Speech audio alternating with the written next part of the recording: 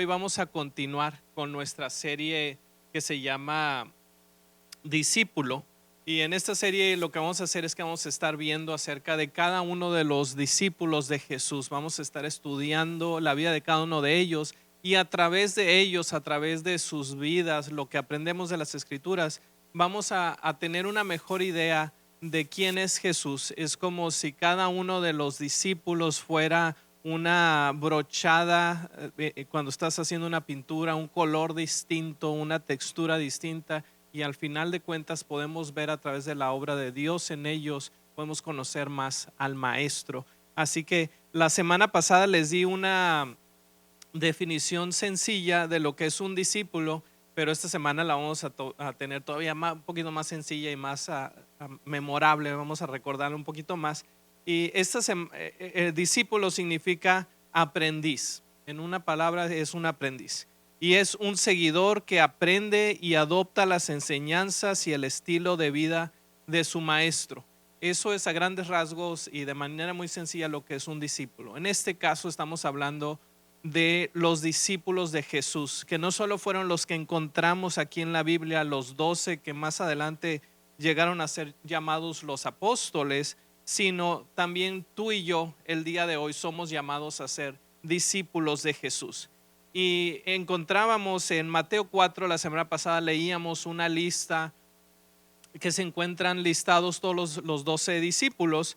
Y el día de hoy vamos a hablar del primero de ellos que se encuentra en esa lista, que se llama Simón. También en ocasiones lo conocemos como Pedro, por ahí en otras ocasiones se le nombra como Cefas. Y dices tú, pues a lo mejor esta persona o tenía 3 nombres así como de telenovela, ¿no? Juan Antonio Márquez de la Garza, ¿no? Pero no era ese el caso, sino el caso es que Simón era el nombre hebreo que tenía, que era la cultura donde estaban, y el hebreo era más que nada el idioma que se utilizaba en la liturgia, en lo religioso, y en ese era Simón. Pedro era el equivalente en griego y también el sobrenombre que se le puso. Pedro en griego, esa era la lengua que se hablaba en el Imperio Romano, la lengua franca, como aquí es el inglés, pero muchas personas hablamos un segundo idioma, ¿no? Y el tercero, Cefas, era el arameo, que seguramente era la lengua madre de cada uno de los discípulos de Jesús. Seguramente Jesús y sus discípulos hablaban arameo. Ahora, no te preocupes, eso nada más es un punto ahí de historia, pero es cuando escuchas la mención de Simón o de Pedro o de Cefas, están hablando de la misma persona, es de este apóstol. Y el día de hoy lo que vamos a hacer es empezar, así que te animo que vayas en tus Biblias a Lucas 5:1. Y si no tienes Biblia, contigo no te preocupes, lo vamos a tener aquí en las pantallas. Y aquí vamos a encontrar un recuento de cómo fue llamado, del momento en que Pedro fue llamado por Jesús. Y esto es lo que dice Lucas 5:1 al 11. Un día estaba Jesús a las orillas del lago Genezaret y la gente lo apretujaba para escuchar el mensaje de Dios. Entonces vio 2 barcas que los pescadores habían dejado en la playa mientras lavaban las redes. Subió a una de las barcas que pertenecía a Simón y le pidió que la alejara un poco de la playa. Luego se sentó y enseñaba a la gente desde la barca. Cuando acabó de hablar, dijo a Simón: lleva la barca hacia aguas más profundas y echen allí las redes para pescar. Maestro, hemos estado trabajando duro toda la noche y no hemos pescado nada, contestó Simón. Pero como tú me lo mandas, echaré las redes. Hasta este punto imagínate, ¿no? Pedro es un experto pecador y aquí pescador. También era a lo mejor, yo creo que también era un experto pecador, ahorita vas a ver por qué, pero era pescador. Y pues le dice aquí, ¿no? Estaba pescando toda la noche, él estaba cansado de la noche, de un arduo trabajo, ya estaban guardando pues todas sus herramientas, ¿no? Limpiando sus redes. Y aquí se acerca este maestro de la ley Y este maestro de la ley, este rabino, este maestro era carpintero de profesión, un jornalero realmente. Algunos lo traducen en lugar de carpintero como jornalero. Estamos hablando de Jesús. ¿Qué sabe él de pesca? Si este Simón tenía su negocio, esto se dedicaba toda su vida, ¿no? Pero dice, pero bueno, como tú dices, lo voy a hacer. Dice, así lo hicieron y recogieron una cantidad tan grande de peces que las redes se les rompían. Entonces llamaron por señas a sus compañeros de la otra barca para que los ayudaran. Ellos se acercaron y llenaron tanto las dos barcas que comenzaron a hundirse.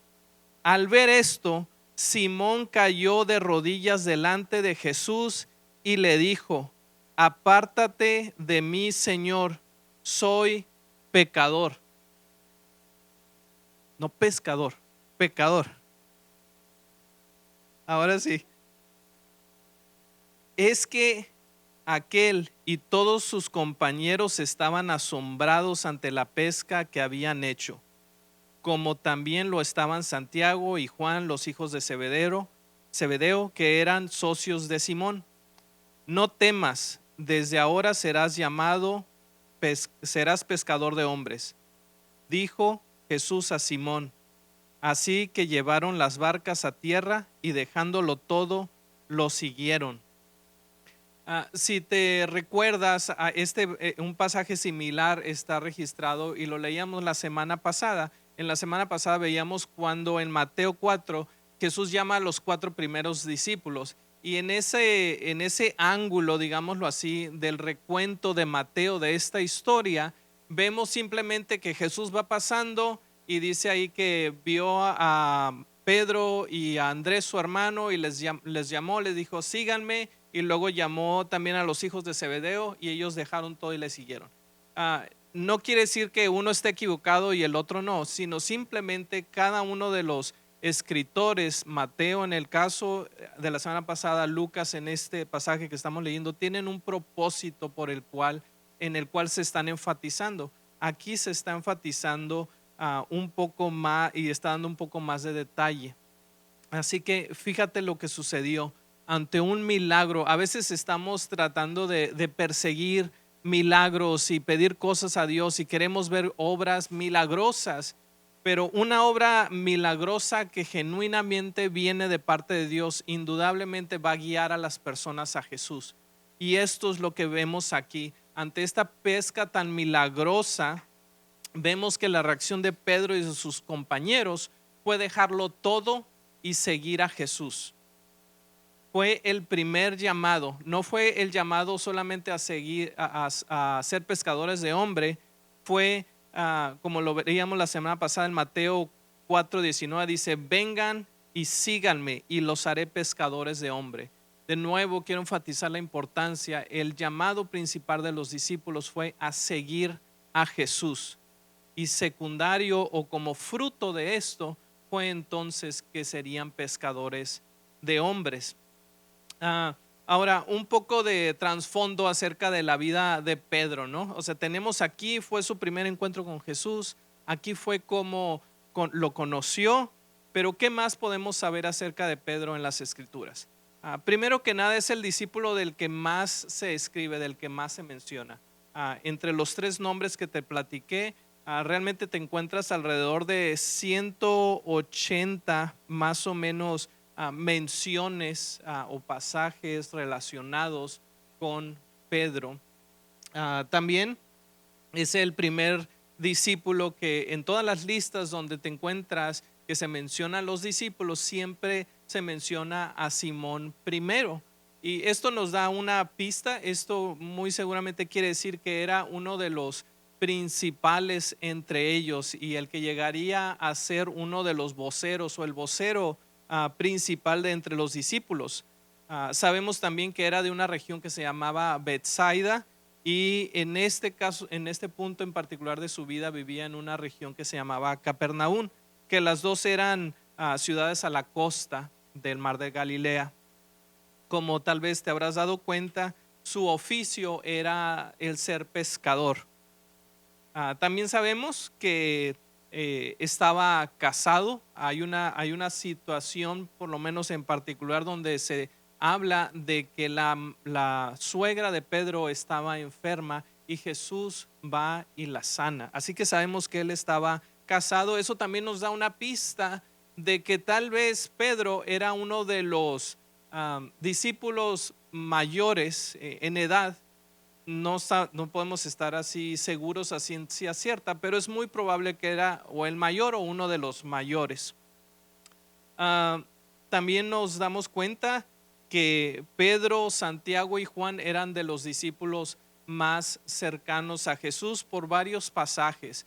Entre ellos, cuando Jesús los invita a orar en repetidas ocasiones, pero hay una ocasión en particular donde Jesús los invita a orar a ellos tres junto con él y les presenta una faceta que llamamos la transfiguración, les presenta una faceta no antes conocida de Jesús y que no se conoció hasta después de la muerte y resurrección de Jesús. Así que vemos que Pedro era clave entre los discípulos. Ahora, no sé si tú recuerdas que aquí tenemos hermanos y amados amigos de distintos países, pero no sé si en todos los países latinoamericanos han jugado lo que es la lotería. La lotería es ese juego de carta, no, pues sí, de cartas, juego de mesa que es tipo bingo aquí en Estados Unidos, ¿no? Es un cuadrito, una tarjeta que tiene varias imágenes, ¿no? Y la meta es hacer que son cuatro, ya sea inclinado a los lados, o cinco, o vertical, ¿no? Bueno, en el caso de la lotería, esa es una de las opciones, o puedes tener toda la carta llena, ¿no?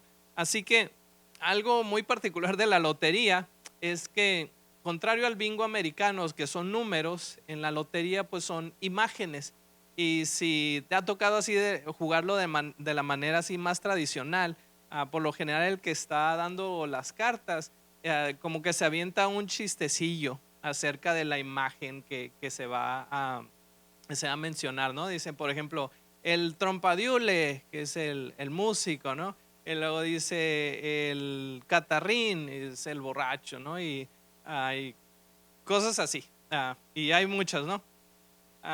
Cuando estaba pensando en Pedro, yo creo que si él fuera un personaje en la lotería, él tendría tres cartas. Y ahorita te voy a mencionar cuáles son esas tres. Primero que nada sería el valiente. ¿Y por qué el valiente? Porque Pedro siempre siempre era aventado, siempre era atrevido, era una persona intensa. ¿Y cómo lo sabemos?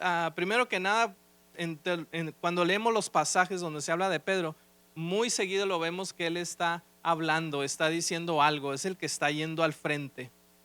También vemos que hacía preguntas, y hacía muchas preguntas, hacía preguntas muy muy certeras, muy al punto, y había preguntas que pues ya deberías saber la respuesta porque ya te la dijeron, ¿no? También en su valentía y en ser tan aventado, fue el primer discípulo que reconoce a Jesús como quien realmente es. En una ocasión se le está preguntando, Jesús les pregunta a sus discípulos, ¿quién dice la gente que soy yo? Y para hacer el cuento corto, básicamente la gente creía que era un profeta o un buen maestro simplemente, pero Pedro dice, tú eres Jesús, tú eres el Cristo de Dios, tú eres el prometido, el Mesías prometido, y le da así en el punto. Él fue el primero en hacerlo. En algún momento despuesito de esto, Jesús le dice, tú eres Pedro, que significa roca, que significa piedra, pero sobre roca edificaré mi iglesia. Y este era un apodo que Jesús le puso a Pedro, que simbolizaba y lo que Jesús veía en él, lo que quería producir en Pedro, una persona de fortaleza donde otros se podían apoyar. Pero también particularmente esta declaración que Pedro hizo vendría a ser una de las una de las simientes principales de la fe cristiana, el reconocer que Jesús es el Hijo de Dios. Pedro, vemos más adelante, después de la muerte y resurrección de Cristo, vemos en Hechos cómo Pedro está casi siempre en el centro de decisiones importantes que se tomaron en la iglesia. Vemos que era valiente por el hecho de que dejó todo, aún estando casado. No sabemos exactamente cómo funcionó esa situación, pero vemos que dejó su negocio para ir a seguir a Jesús. Vemos también, y tal vez este es uno de los dos situaciones o pasajes que más recordamos o conocemos de Pedro, que es cuando camina en el agua. O sea, Pedro fue el único discípulo que con miedo y temor caminó sobre el agua. Sí, pero también vemos que Pedro fue el primer y único discípulo que se hundió después de caminar en el agua, ¿no? Así que era alguien que tenía de todo, pero una característica es que era valiente, que era aventado, que era intenso. Otra de sus características, si fuera esta, sería la segunda carta de Pedro, o sea, la segunda tarjetita de la lotería, sería que era bronco. Y no sé si tú sabes qué significa eso, pero en mi rancho, cuando tienes un caballo que es salvaje, es un caballo que está bronco, ¿no? O sea, que no ha sido domado, que no ha sido amaestrado. Era alguien bronco, era alguien osado, alguien que no tenía filtro en lo que decía. Tal vez este es momento para hacerle ojitos ahí a tu vecino, dependiendo de quién sea. Ahí les dejo eso de tarea. Por ahí me acordé de un pastor que decía, mira, hay tres tipos de personas en cuanto a su forma de hablar, en cuanto a cómo expresan sus pensamientos. Existen los que piensan antes de hablar. Existen los que piensan mientras hablan. ¿Sí? Existen también los que piensan después de hablar. Y el cuarto, pues les dejaría ahí de tarea para saber quiénes son. Pero bueno, este era Pedro. Tal vez Pedro era el que pensaba después de hablar o que de plano no pensaba lo que decía, ¿no? Pero tenemos ejemplos de esto. Cuando recuerdan ese episodio donde les acabo de platicar que Pedro declara quién es Jesús y lo reconoce como que es el Hijo de Dios, el Cristo de Dios.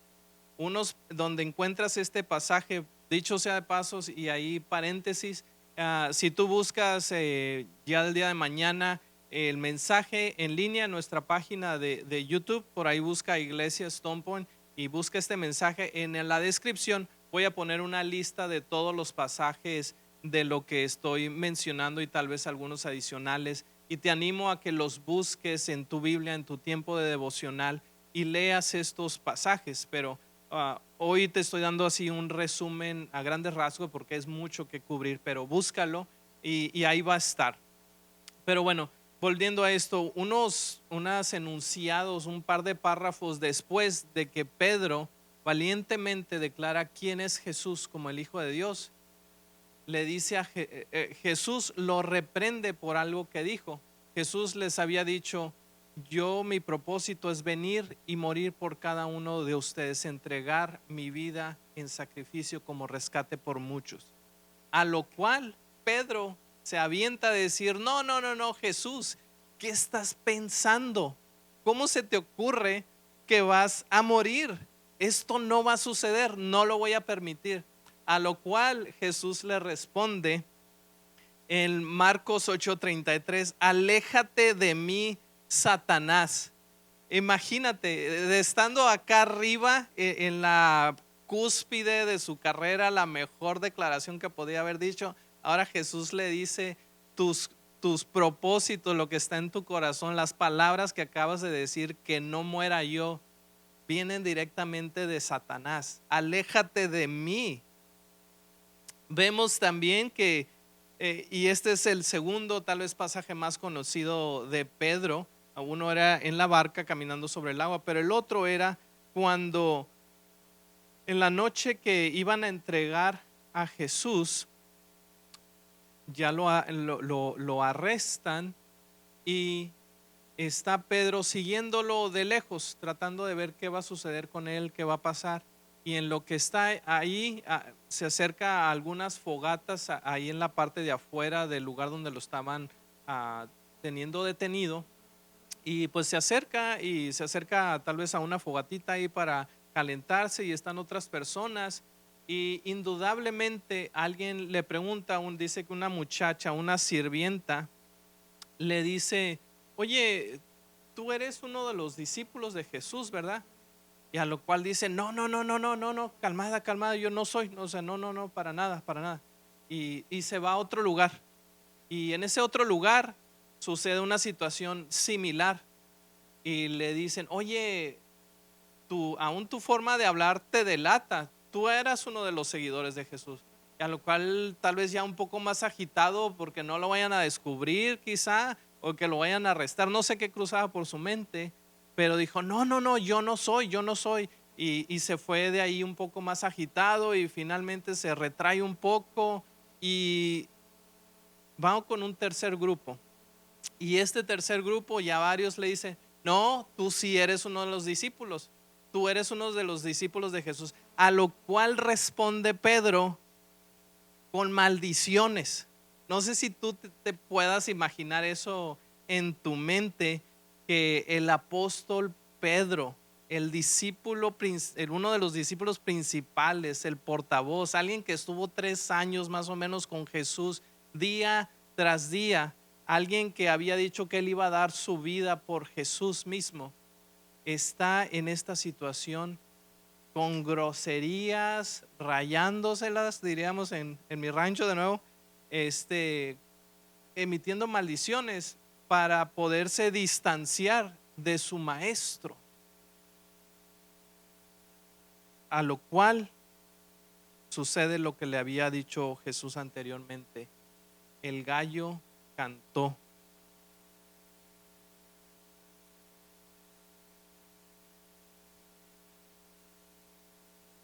Y dice, no lo tengo aquí en mis notas, pero dice que cuando sucedió eso, cuando cantó el gallo, Pedro lloró amargamente. Le dolió en el corazón porque fue entonces cuando se dio cuenta de lo que había hecho. Y esto me lleva a la tercera característica o la tercera tarjetita de la lotería que vemos de Pedro, que es que era un hombre falible, un hombre imperfecto, un hombre inseguro, un hombre que dudaba de lo que Dios quería hacer en su vida. Un poco antes de este episodio que te acabo de contar, Jesús está en el huerto con sus discípulos sintiendo la gran presión porque ya estaba próximo a entregar su vida. Y en este tiempo tan difícil que tanto necesitaba Jesús a sus seguidores más cercanos, a sus amigos más cercanos con los que había compartido tanto, les pide a los tres más cercanos a él que te había mencionado y les dice, quédense aquí conmigo un tiempito y oren conmigo 1 hora. Y Jesús se aleja un poco más a orar por sí solo y regresa y están pero bien dormidos, están roladotes. Y les despierta Jesús y les vuelve a pedir lo mismo. Se retira Jesús de nuevo y los vuelve a encontrar pero bien dormidos. Aún después de la muerte y resurrección de Jesús, ya cuando Pedro era uno de los líderes de la iglesia y que ya la palabra de Dios se estaba expandiendo por varios lugares, aún entonces él llegó a ser o sea, aún seguía siendo una persona falible, una persona imperfecta. Vemos un episodio en Gálatas 2:11 al 14 donde Pablo tiene que reprenderlo y regañarlo, básicamente, llamarlo a cuentas en público por el comportamiento que estaba llevando.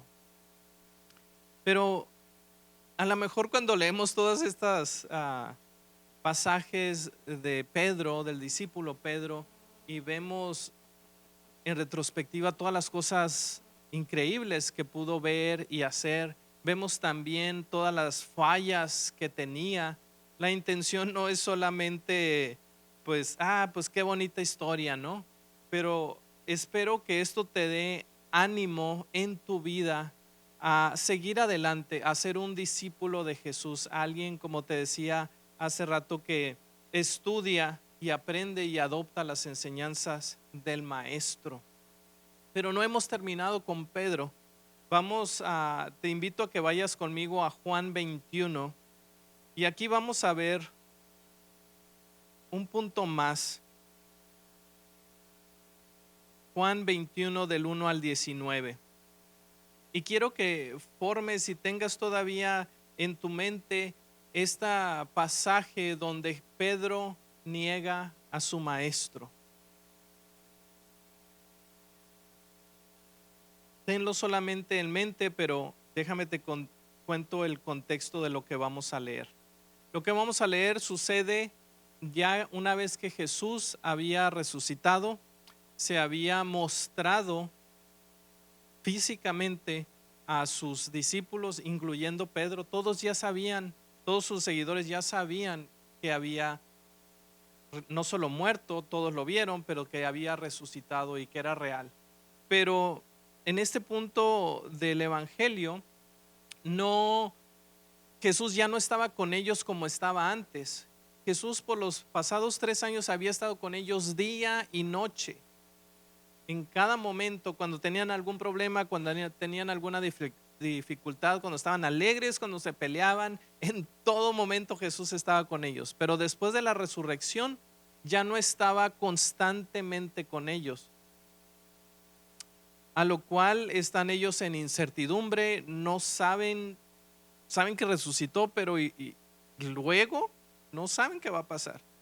Y Pedro, pues lo que hace es regresar a lo familiar, a lo que él ya conocía, y decide regresar a pescar. Y aquí es donde retomamos en Juan 21. Dice lo siguiente: después de esto, Jesús se apareció de nuevo a sus discípulos junto al lago de Tiberíades. Sucedió de esta manera: estaban juntos Simón Pedro, Tomás, al que apodaban el gemelo, Natanael, el de Caná de Galilea, y los hijos de Zebedeo, y otros 2 discípulos. Me voy a pescar, dijo Pedro. Nos vamos contigo, contestaron ellos. Salieron pues de allí y se embarcaron, pero esa noche no pescaron nada. Al despuntar el alba, Jesús se hizo presente en la orilla, pero los discípulos no se dieron cuenta de él. Muchachos, ¿tienen algo de comer?, preguntó Jesús. No, respondieron ellos. Entonces Jesús dijo: tiren la red a la derecha de la barca y pescarán algo. Así lo hicieron, y era tal la cantidad de los peces que ya no podían sacar la red. Es el Señor, dijo a Pedro, el discípulo a quien Jesús amaba.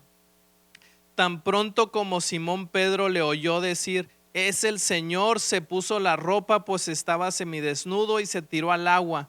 Los otros discípulos lo siguieron en la barca, arrastrando la red llena de pescados, pues estaban a escasos 100 metros de la playa. Al desembarcar vieron unas brasas con un pescado encima y un pan. Traigan algunos de los pescados que acaban de sacar, dijo Jesús. Simón Pedro subió a bordo y arrastró hasta la playa la red, la cual estaba llena de pescados de buen tamaño. Eran 153, pero a pesar de ser tantos no se rompió. Vengan a desayunar, dijo Jesús. Ninguno de los discípulos se atrevía a preguntarle: ¿quién eres tú?, porque sabían que era el Señor. Jesús se acercó, tomó el pan y se los dio a ellos e hizo lo mismo con el pescado. Esta fue la tercera vez que Jesús se apareció a sus discípulos después de haber resucitado.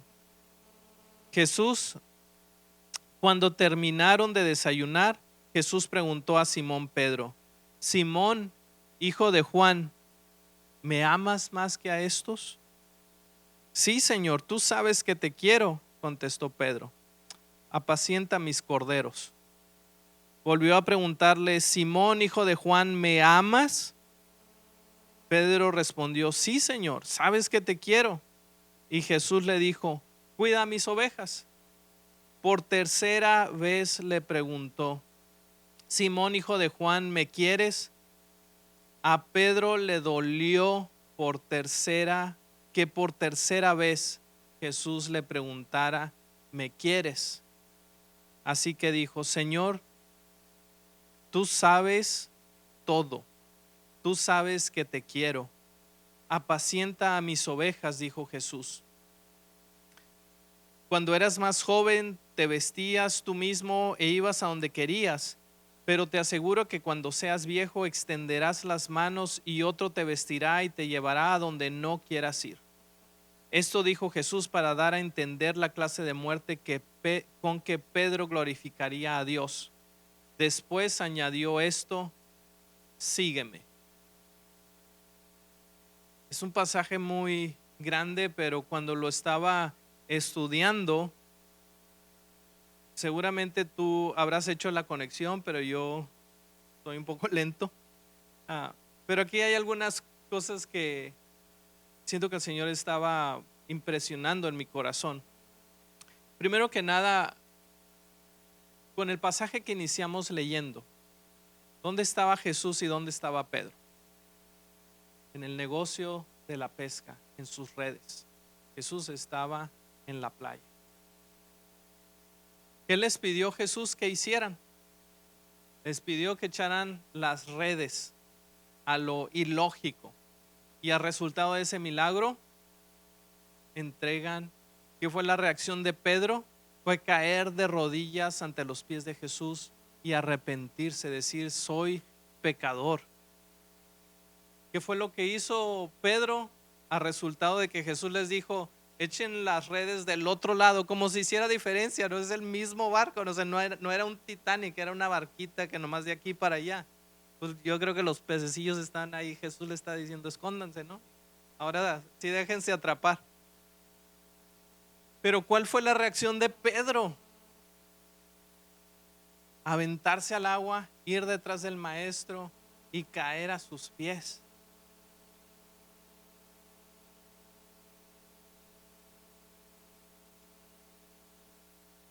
¿Cuántas veces negó Pedro a Jesús? Negó 3 veces.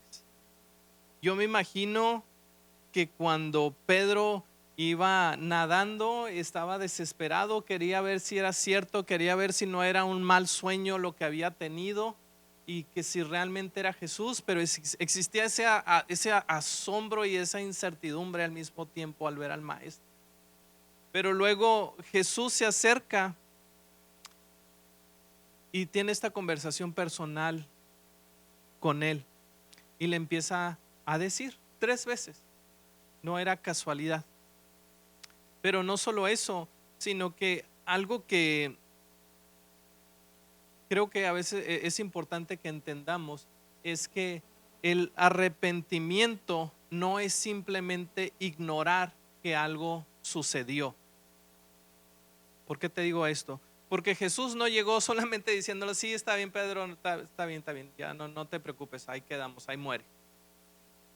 Jesús en esta interacción que vemos es como si Jesús está llamándolo a cuentas de cada uno de esos sucesos donde Pedro le negó. Y a través de ellos Jesús no lo está avergonzando, aunque era doloroso, absolutamente era doloroso. Vemos en la última ocasión donde dice que a Pedro le dolió que Jesús por tercera vez. Yo me imagino que Pedro estaba recordándose en su mente con toda esa condenación y toda esa pesadez de haber negado a su maestro delante de las personas. Pero Jesús no lo usó para avergonzarlo, para restregárselo en la cara, lo usó para confrontarlo, sí, lo usó para perdonarlo y por último lo usó para afirmarlo. Jesús le estaba diciendo y afirmando: Pedro, a pesar de que has sido voluble en muchos sentidos, a pesar de que no eres perfecto, yo tengo un plan y un propósito para ti.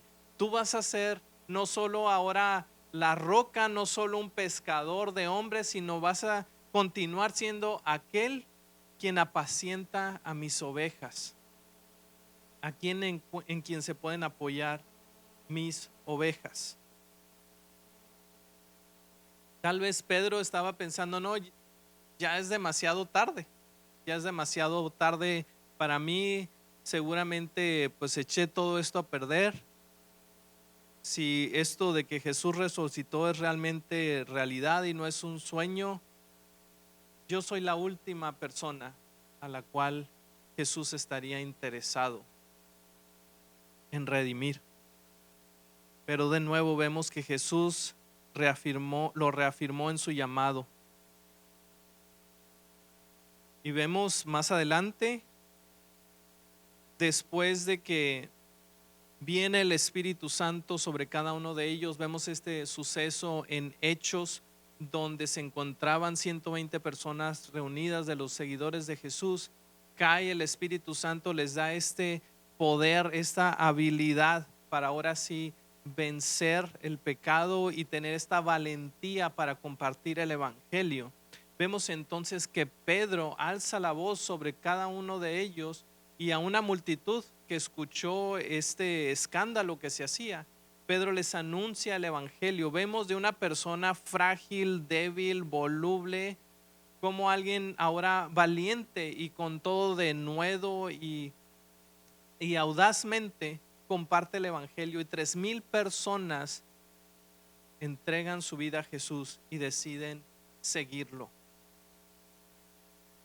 Este pasaje en el verso 18, que tal vez suena un poco extraño, ¿qué significa? Donde dice que Jesús le dice que te vas a vestir y que luego te van a cargar a donde no quieres ir.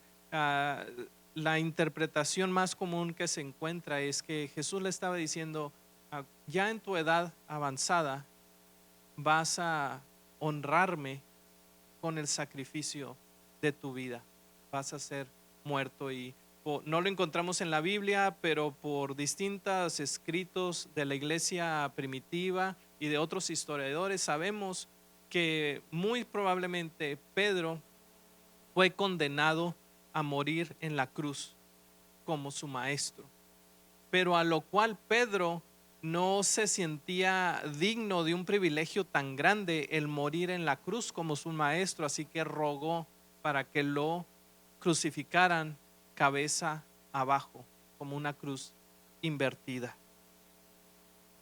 Jesús le dijo: te va a costar, pero sígueme. Y esto es lo último, y con esto concluyo.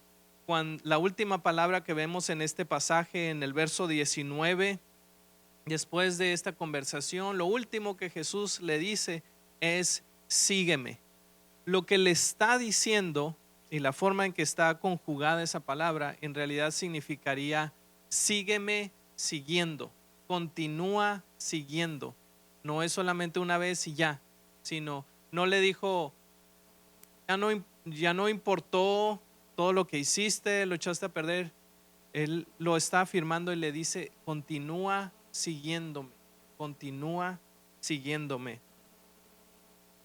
Así que tal vez hay un par de situaciones en las que tú te puedes encontrar el día de hoy. Tal vez alguna de ellas es que tú nunca has entregado genuinamente tu vida al Señor Jesús. Así como Pedro inicialmente en la barca vio un milagro, vio lo que Dios podía hacer, y él reconoce que tenía la necesidad de perdón de pecados. tenía la necesidad del Hijo de Dios. O quizás tal vez tú estás en este punto de la historia y te identificas con Pedro porque piensas, es que yo ya hice un desastre de mi vida y Jesús ya no me puede usar. O sea, ya si paso de panzazo al cielo y me deja entrar, pues ya me di por bien servido, pero Jesús ya no está interesado en mí.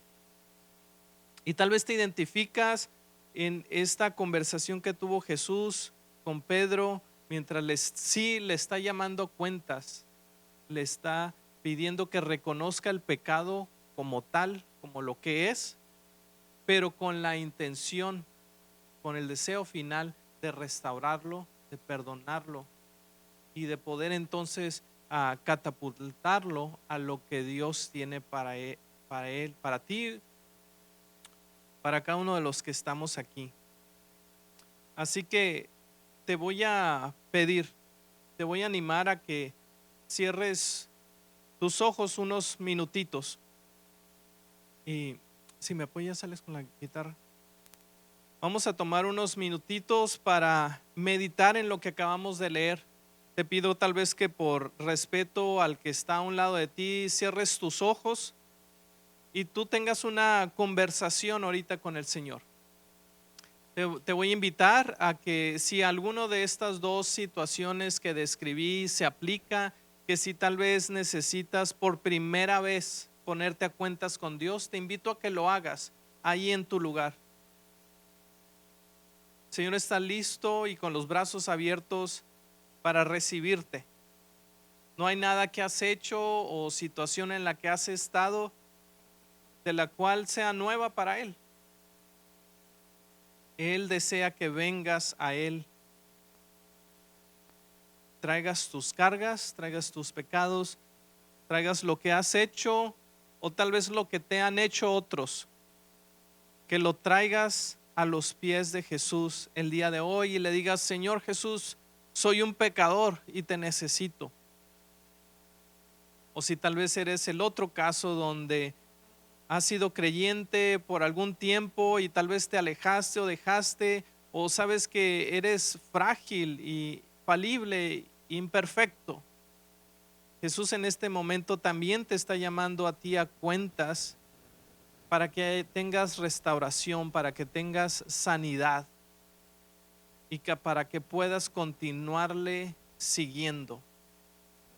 Te voy a dar un par de minutos mientras escuchamos aquí la guitarra para que tú te pongas a cuentas con el Señor. Señor Jesús, te damos muchas gracias por el perdón que nos das, porque tú nos aceptas no en base a lo que podemos dar, no en base a lo que podemos ofrecer. Te damos gracias, Señor Jesús, porque tú nos aceptas en base a Jesucristo. Tú nos aceptas en base al sacrificio de tu Hijo amado.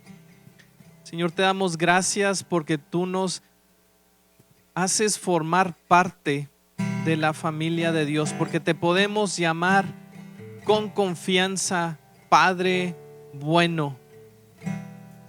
Te damos gracias porque eso no depende de cómo nos comportamos, aunque deseamos cada día más ser más como tú, y te pedimos en esta tarde, Jesús, que tú nos ayudes, que por medio de tu Espíritu Santo obrando en nuestros corazones, tú renueves y transformes los deseos impuros que hay en nuestro corazón, que tú nos ayudes a ver más detenidamente aquello que no te agrada, Señor Jesús, que lo traigas a la luz para poderlo traer delante de ti, para poder arrepentirnos y para que tú nos puedas sanar y darnos el poder para ser más como nuestro Maestro.